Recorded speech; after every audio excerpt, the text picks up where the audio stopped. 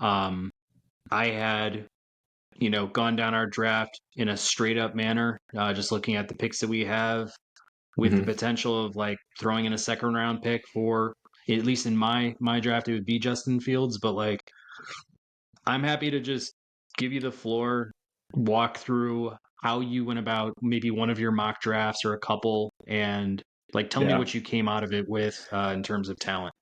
Yeah. Well, no, this is going to be a really good, interesting. I mean, maybe the part of it too is Bears fans are just excited about trades, right? The first and what they can get. But I think there's a couple suitors out there that I think look pretty good. There is like the Patriots. I know they don't have a history of trading up, but hey, look, there's no Belichick anymore. Like they're free to do whatever the hell they want.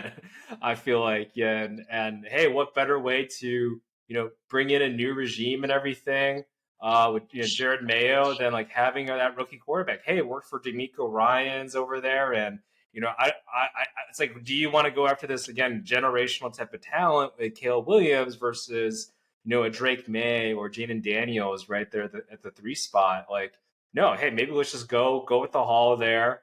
Get that rookie contract, and yeah, maybe we can sign a wide receiver too to help develop him. And I think they still have Smith Schuster right over there. So yeah, I mean that could definitely be one way to go. So I had them trading their number two pick. I had here like a second and third rounder, and then also next year's first potentially. It would be quite a haul. I don't know if they'll get there exactly, but if they offer that again, how could you not refuse something like that? Maybe like Caleb, you're great and all, but at the same time, like we can deal with that, and maybe we can draft a quarterback next year. I don't know, but yeah, I had like a haul like that there. So with that, uh, I had two trade downs here. And again, this is the fun part. So both for the first pick and the ninth pick. And I'll give some reasons why. I'll give some reasons why. So, I talked already about the first pick. Everybody wants Caleb. There's a lot of quarterback hungry teams out there, I think. But with that ninth pick, there's, we see, teams like the Minnesota Vikings, like, okay, hey, Kirk Cousins, hey, we had a great time and everything, but we got to think about the future. And Jaden Daniels, he might be there. He might be taking like the first like five picks there. Three quarterbacks there. But then yeah, Michael Penix Jr. like he's been moving up on a lot of draft boards and a lot of mock drafts there. And then with also the Denver Broncos potentially, or also even the Raiders, depending on what this whole deal is with Russell Wilson. Like a lot of quarterbacks can be, or a lot of teams can just get hungry there, and that's where I see them. Maybe moving up to that ninth spot and taking like a Michael Penix Jr. and then us moving back a couple of spots. So, yeah, I had the Bears moving back here. So I think for the 12th pick and then the 81st pick here. So yeah, I had the Bears getting Marvin Harrison Jr. right, and I think that's where I see there's a lot of value about getting two wide receivers that were one wide receiver, DJ Moore. He had like the best passer rating too. They had like a almost perfect rating passing to him throughout the season, which makes me wonder like why didn't we give him the ball more anyway? And then you have Marvin Harrison Jr., who is the greatest wide receiver prospect. And there's a lot of comparisons to this whole like Tyler Lockett and DK Metcalf, but this is, I feel like, a lot better situation for Shane Waldron overall there. So have him there. And then I had Leatu Latu from UCLA, the edge rusher from the 12th spot. I had him. I think he's really talented. He's got, I think, like 13 sacks the past couple of seasons. I think he makes a ton of sense. And then, I think the one thing about, Paul is right. He likes really athletic, grinding kind of offensive linemen. And I think, one thing to keep in mind, especially about this whole idea of Justin Fields, maybe getting that fifth year option and kind of how that might hurt the cap. Nate Davis, right? I know he had a bad year this previous year. I think his mom died. Like, very sad situation there. But it's kind of business. But next year, right? If we do cut him, maybe he doesn't progress or build off from what he did last season. he is a cut candidate. I think we would be saving like $9 million if he's cut next season.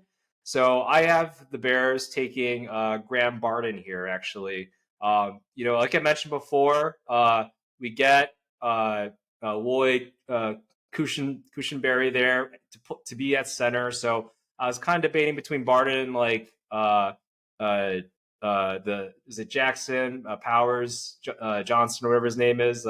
The center from Oregon, who's just like this monstrosity, has like really good both pass protection and run protection ratings there. Very physical.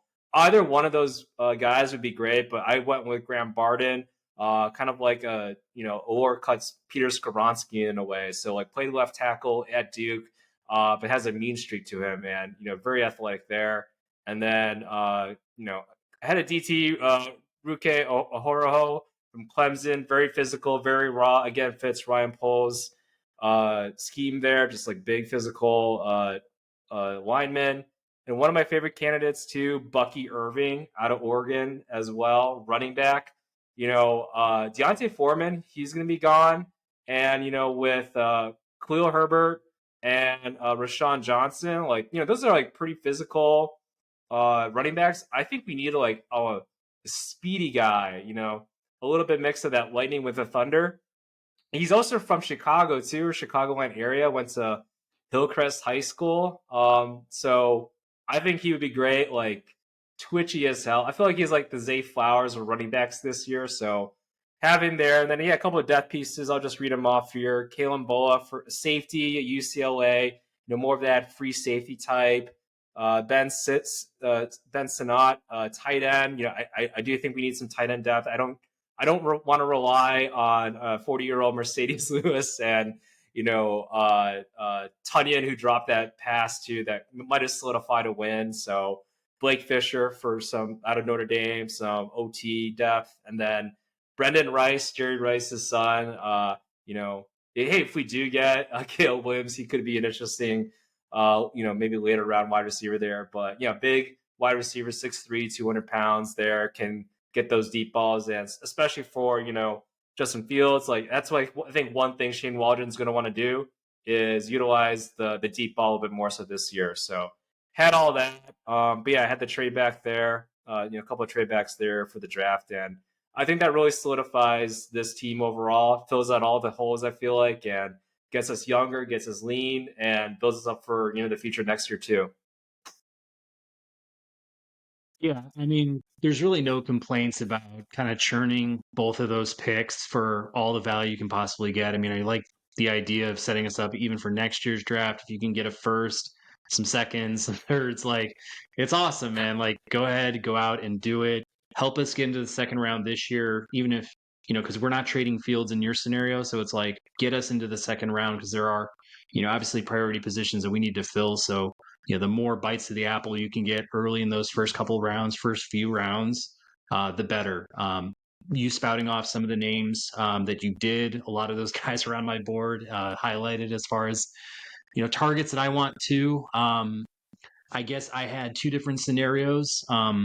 The straight up route, and then I actually got a trade offer using a software outside of PFF. But no, overall, I like it. If we do keep Fields, getting Marvin Harrison Jr. feels like an absolute necessity. And then, whatever else could be tacked on top of that, whether it's through that first trade that you made or even that subsequent one. I'm with you, though. I think that number 9 pick could be pretty important to us. I mean, as far as a trade asset, I think even if we keep the 1-1 going to Caleb Williams, I think looking at that number 9 as a trade opportunity is a big one because I think there's a lot of edge rushers out there that could fit our system and could be worthwhile that we can kind of move down to wait on and hopefully get some value in draft capital to help us get into the second round, maybe another third round or whatever it is. So no, I thought that all made sense for sure. So I think would love to hear your picks. Did you pick Caleb Williams, or did you pick Drake May? Who did you pick? Yeah, we'll want to hear about your trades and all that too. For sure. I ran through a number of different scenarios using the NFL mock draft database simulator. You can find this on Google. PFF, for all those out there who love that tool and used it a lot last year. Now you have to pay a pretty hefty price for a subscription, be able to unlock a lot of the different mock trade, mock simulator type functions on it. So, anyways, wanted to give a plug out to that tool that's free to everybody to use online. But yes, I went the straight up route. Number one, not making any sort of trade downs, just the draft order that we have. But on top of that, looking at the most conservative trade that we could make for Justin Fields. In this situation, I'm thinking Atlanta's number 43 overall, which would be in the second round, plus maybe a second rounder in 2025 would come to the Bears for Justin Fields. So for that, I'd have 2 first-round picks at the 1 and 9 slots, the second rounder, a third, 2 fourths, and a fifth. Just looking at the straight-up route, yes, at 1-1, I went Caleb Williams, kind of backing up everything we're talking about. I think he is the guy who's going to, be the new trendsetter for the Bears, for their offense. I think, year one, we'll see him kind of show a floor of what Justin Fields is. And then beyond that, I think you can just see him, develop into a top 10 type of guy. That's where I think he's, projected to be, could be. And like everyone's saying, he could be the alpha in this league. So, we'll have to wait and see, what could really look like. But just the idea of that is what I think the Bears need to be Super Bowl champions. And I think that's the ultimate goal for us. Moving into that 1-9 slot, in my straight up draft here, because there are different edge rushers, edge talent that I feel like is at least in that first, what would we say, like the first 2 rounds, I feel like for the elite guys, I think spanning over 2 different rounds, there are some options there. I think when looking at the receivers, there are 2 guys that stand out in that first round, and we, could have a very good opportunity at grabbing this guy who, at least when I went through the simulator, fell to me at number 9. It'd be Rome Odunze out of Washington. I mean, this guy has the size. He's very fluid. He obviously had a great year last year with Michael Penix Jr. I think if they have one knock on him, he's not as explosive as Malik Nabers, but I think overall he'd be a great number 2 instantly for the Chicago Bears, and he'd come at a rookie price tag, which would be phenomenal. Going into that second round with the acquired Justin Fields second rounder from the Falcons at number 43, I'd be taking Jonah Ellis out of Utah, edge rusher. His father, Luther Ellis, if you remember him in the 90s, was a Detroit Lion. His brother, Caden Ellis, is on the New Orleans Saints, so he's got that bloodline already kind of working for him. I think he'd, get to know Noah Sewell pretty well in the Bears as far as guys with brothers across the league. But I mean, this guy graded out for a second rounder as high as Jared Verse in PFF. I mean, they say he's got great length, awareness, experience, kind of, I think having a dad who's been in the NFL and a brother that is also in there, it kind of comes with this confidence. If there is anything, he's a little bit undersized. So, that's something he can't teach himself. But in the same sense, like, I think he could play out of his shoes and would be a great guy to add to our defensive line there. Pairing with Jadeveon Clowney possibly, or Zadarius Smith, kind of somebody who can take him under their wing in his first year. Moving into the third round, luckily enough, the center of choice fell to me in my draft. So Jackson Powers Johnson out of Oregon, a guy who they say has incredible power, can play the center position, the guard position. They said is very consistent. If at anything, he just has a little bit less length than most centers in the NFL, but for a lot of folks, I mean, he's the top choice at center. We need one to kind of fill in at that slot. So if we got the best guy available, like, I think that's complete win right there. And then just rounding it off, I think the next fourth rounders, Mekhi Wingo is a defensive lineman out of LSU, graded pretty highly, as well as Javon Solomon out of Troy is another edge rusher option, just in case Jonah Ellis isn't what he's projected to be, just having a little bit more padding there. could not hurt us, especially on a rookie, contract. So I guess with the straight up route, that's what the first handful of rounds would look like for the Bears. I'd be super happy to kind of check a lot of boxes there, but I have another scenario I could run through, but wanted to stop in case you have any reactions. Yeah, well, Jackson Powers Johnson, he's definitely a favorite. I think he's a fast moving. I think center. I think some people. I saw like a lot of mock drafts had him like in the 5th round and all that, and then all of a sudden it's like, oh, he's really good actually, and now he's been rated like maybe 2nd, 3rd round, and no, like he would be a great fit. It is one of those things like it would be nice to have a more veteran type of center with a rookie quarterback. That being said, if they're talented and good, like who cares, right? And I think they'll progress. And I think, Jackson Powers Johnson, he's eventually, I think, just going to be like he's going to, I think, surpass a lot of the previous centers in previous drafts. I think he's like up there, in my opinion, like with the Linderbaums or like, I don't know, an Owen Kreutz type of player there. So I think he's going to do really well. But Rome Odunze with Caleb Williams, and then I think you also mentioned like Josh Reynolds there. I think that would be a great, offense there, especially paired up with Komet at tight end, and then also DJ Moore. So again, so many different ways that this Bears offense can be put together. It's going to be young, but at the same time, yeah, if we add key few pieces here and there, like it's going to be exciting no matter I think who's at QB. But Caleb Williams going to be a lot more accurate though, for sure. I think if he's starting at rookie, a rookie plays all 17 games, right? Like, does he pass for 4,000 yards? What do you think? Like, because we haven't had a 4,000 yard passer in years, right? Or ever. So, I mean, it's totally possible if we're, looking at,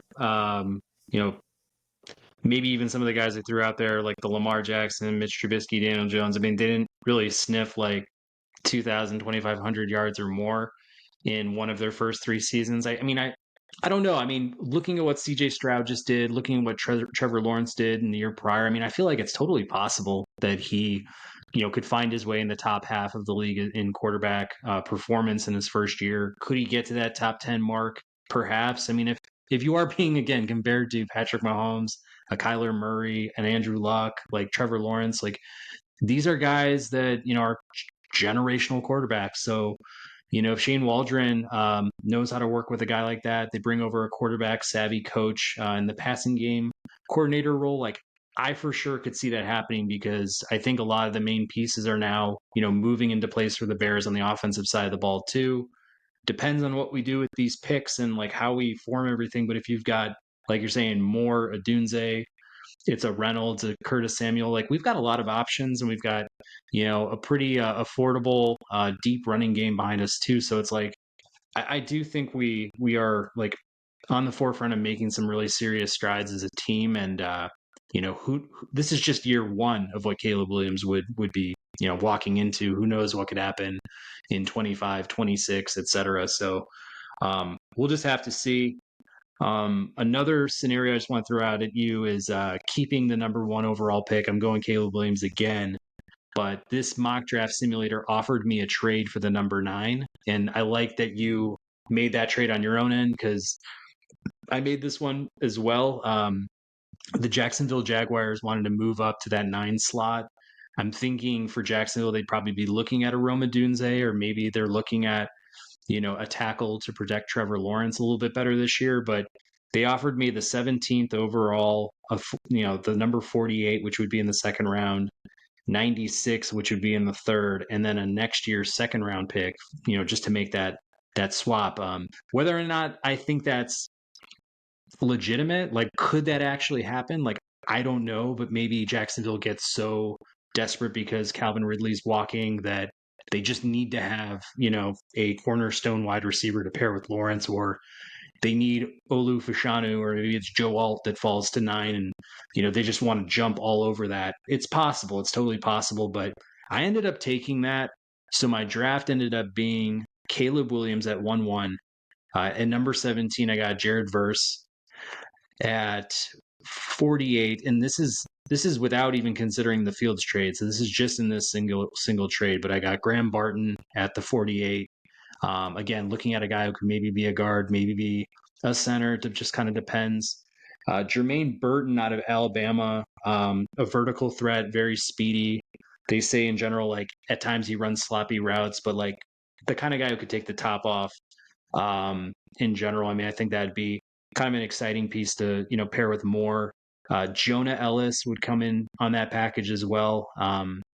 So I don't know, man. I'm looking around and I'm kind of like, could we get a haul at number 9? Like, I think that's the one thing that Chicago analysts aren't really discussing a lot, in general. But, you know, I think if Roma Dunze isn't there for me and we're looking at just the edge talent, I mean, Latu seems like the cream of the crop, but he does have his own injury concerns.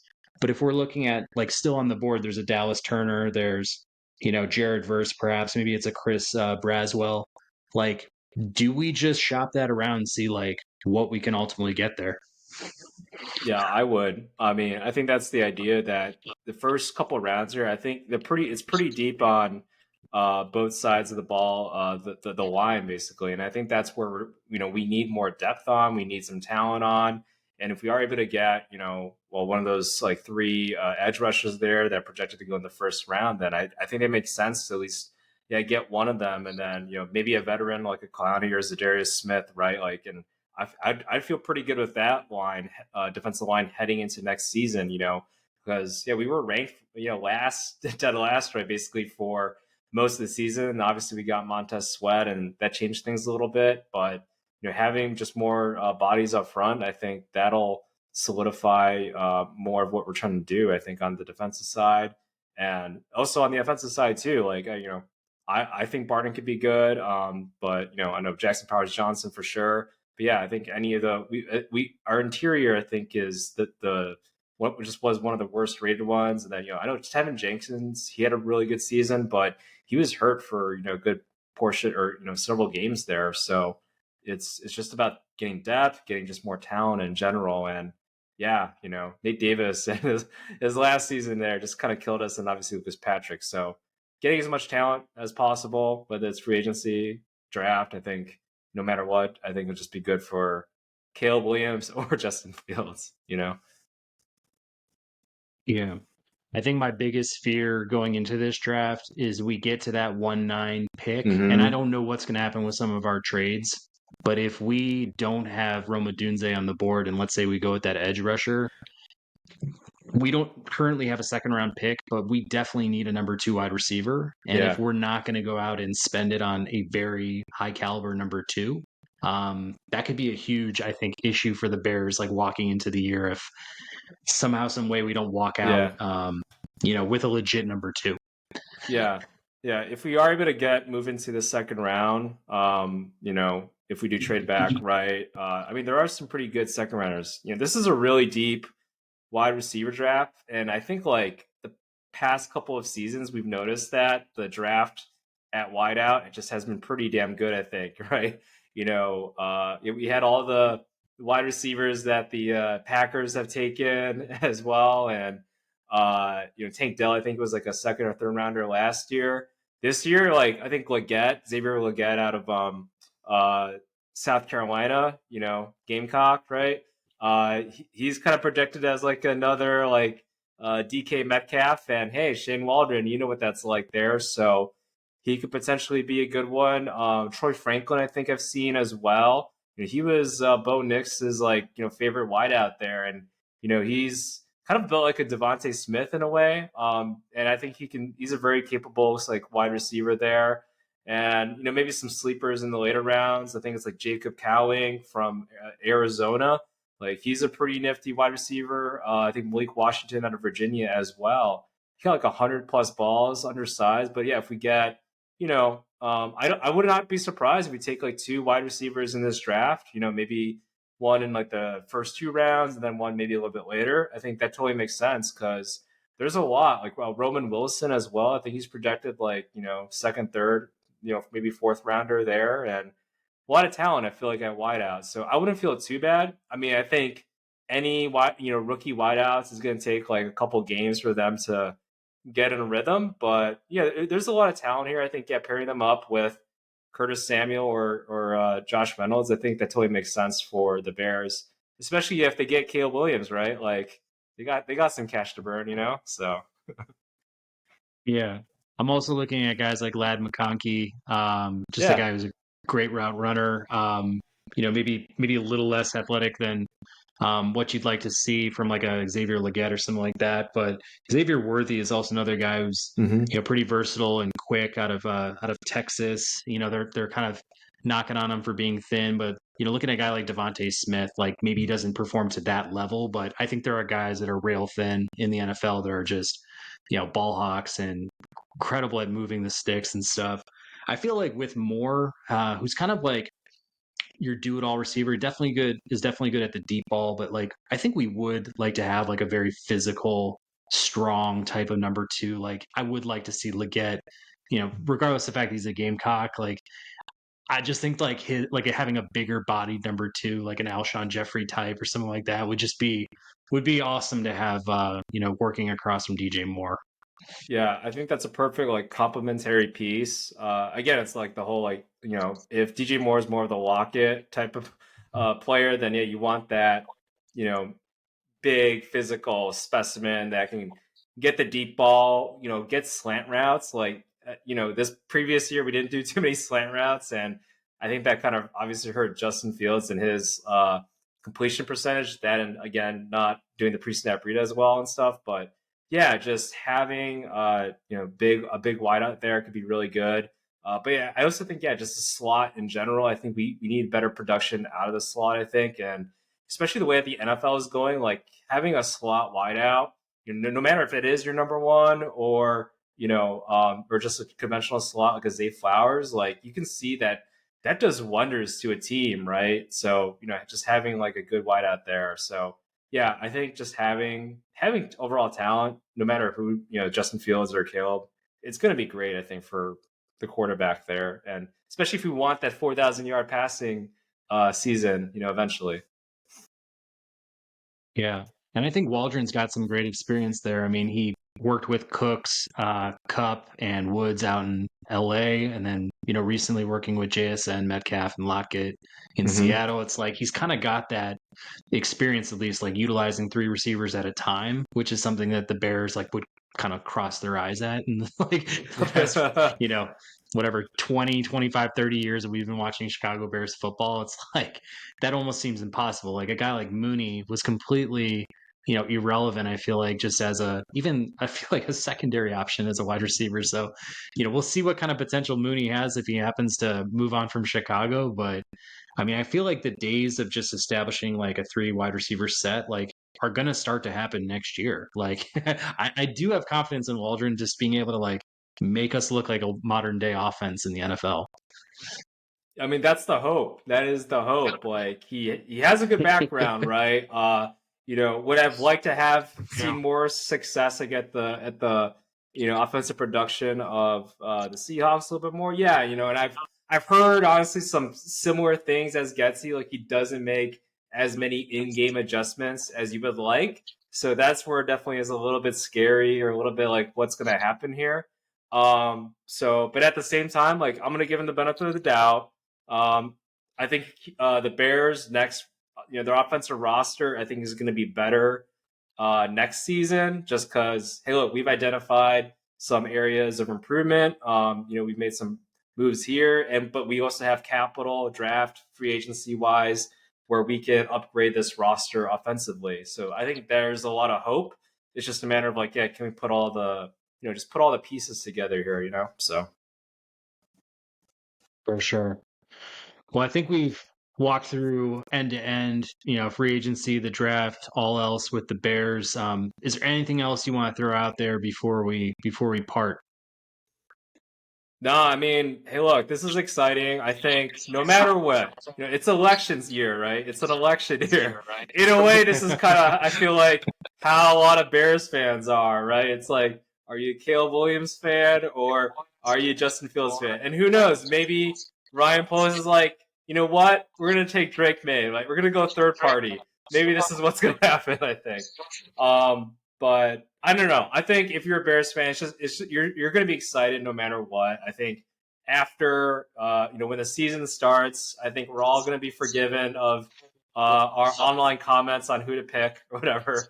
So I just think we'll just enjoy it. We'll see what Ryan pulls and pulls we trust, right? And hopefully we'll have a better season next year, or at least have just good prospects. Especially if we take Caleb Williams. So yeah. Yeah. I mean, this is like Twilight, man. Team Jacob or Team Edward. Like nobody really knows, what's going to ultimately happen here. But yeah, I mean, I guess taking a step back, I mean, for sure. I don't know. It's just been the last couple of weeks. I mean, I've been hearing the rumblings of, the fact that with Waldron, with a lot of the interviews that Eberflus had been a part of with polls, like they've kind of been posturing as if they're going to keep Fields, but a lot of the rumblings underneath the surface, especially across the NFL analyst community, the ones that cover the draft, like everyone is in on the Bears keeping the number one overall, drafting Caleb. So I started opening up to the possibility of that, and the more and more I learn about his talent, the more I'm enamored. The personality stuff, I totally see that. And you and I were talking about that months ago, just like, hey man, this guy's like wants, equity in the team, or hey, this guy, is crying on the sidelines or whatever else it is. Like there are some things that maybe he's gonna have to go through maturity wise, but like once we see that talent on the field, I mean, I think obviously he had the Heisman year a couple of years ago, but even last year, people talked about that being a down year. And for every major passing category that he was, in, he was ranked second to at the very worst fifth. And, we're walking into a draft that could have 5 first round quarterbacks, could have, there's a lot of good quarterback depth here. So it wasn't like, the competition wasn't stiff last year as it was. So, I just think, for him to walk in day one, we know we got him for at least, what is it, 3 to 4 years on a rookie deal. Like that'd be amazing to me. But if I was to throw out one more curveball, the only other team that I would be interested in entertaining that number 9 trade for is Arizona. I mean, I feel like, they've got the number 27 pick from Houston. They've also got a very early second, a number 35. I've actually locked up on a trade with them to trade the 9th pick and a 5th rounder for the 27, 35, and a 3rd rounder in this year's draft. And I mean, I know you and I are just talking about all the edge depth and wide receiver depth that we see in that 1st and 2nd round. Like, if we could also get an additional 2nd rounder and another trade, like we could be building a pretty interesting core of guys there. But like, I would just say keep your eye on some, second half of the 1st round type activity, because I feel like it's gonna heat up. I feel like there's gonna be a lot of trades swirling in that first couple rounds. Yeah, no, I mean, Ryan Poles especially, like we've seen he is willing to like trade back, just accumulate those draft picks, and then like some of those will hit, and he's been has a pretty good track record, at least on the defensive side of the ball. But then hopefully now with Shane Waldron, I think hopefully he gets more input of like the kind of talent he wants there.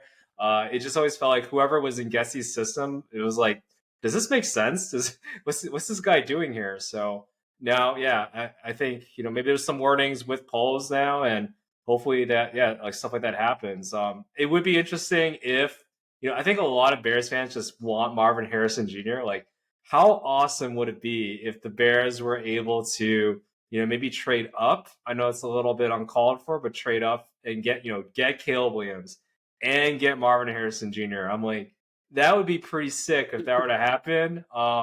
But if honestly, if that were to happen, if we were to get rid of like our 3rd round pick or something, and then maybe a future 2nd, like I might be open to that, because you're getting a top wideout, you're getting that generational quarterback and generational wideout in the same draft. Like that could be amazing if we were to pull that off. So I don't know, something to throw out there, something to think about if that's possible. But I don't know, it could be exciting no matter what happens, I guess, here. I did see that scenario, to be honest with you, and I think it's a little crazy, but I mean, I saw us trading the number 9 overall with Justin Fields for, like you're saying, and the number 3 for New England, the number 2 for Washington. Like for either of those teams to bite, I think that'd be pretty risky. I mean, it'd be pretty risky just for the fact that like you get 1 year of Fields and then you got to get him to a max type extension or something like that. Like it's it's pretty crazy to be throwing him through his third, system. And I mean, anybody trading for Fields, it's a pretty big risk unless you're, parting with some second rounders, third rounders, whatever it is, because he's got to turn it around in one season for you before he hits the open market. So yeah, man, this could be crazy, but yeah, like you're saying, if Marvin Harrison was to pair with Caleb or whatever it is, like, yeah, it's gonna be amazing. So we'll just have to see. This may not be our last stop here on our way to free agency or the draft. I mean, I feel like with developments that could happen over the next few weeks, maybe we run this back. Maybe we do a couple more mock drafts. Maybe we talk about, some of these changes here coming up. But if you're still with us out there, give us a like, subscribe to the channel. Please comment on anything we've talked about tonight. Educate us. Tell us what your mocks, have been, or what your, top priorities are for the Bears. And, we'd love to go back and forth with you here.